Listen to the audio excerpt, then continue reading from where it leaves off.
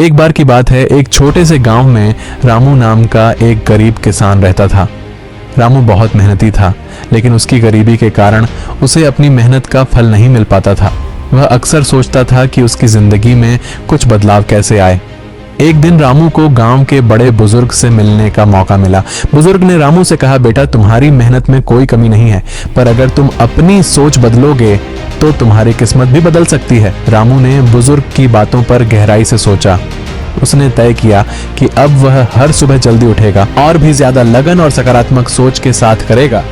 उसने यह भी सोचा कि वह अपने काम को केवल अपने लिए नहीं बल्कि दूसरों के लिए भी करेगा। कुछ ही दिनों में रामू की मेहनत और सकारात्मक सोच का असर दिखने लगा।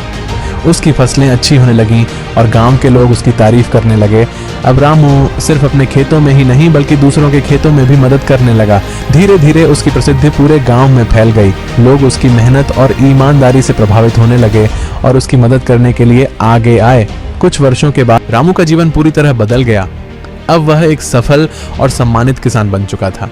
उसने सीखा कि मेहनत के साथ सकारात्मक सोच और दूसरों की मदद करने की भावना से न सिर्फ अपनी बल्कि दूसरों की जिंदगी भी बदल सकती है।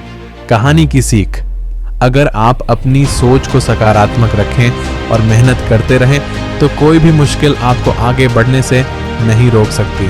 जब आप दूसरों की मदद करते हैं तो वह मदद कई गुना बढ़कर आपके पास लौटती है।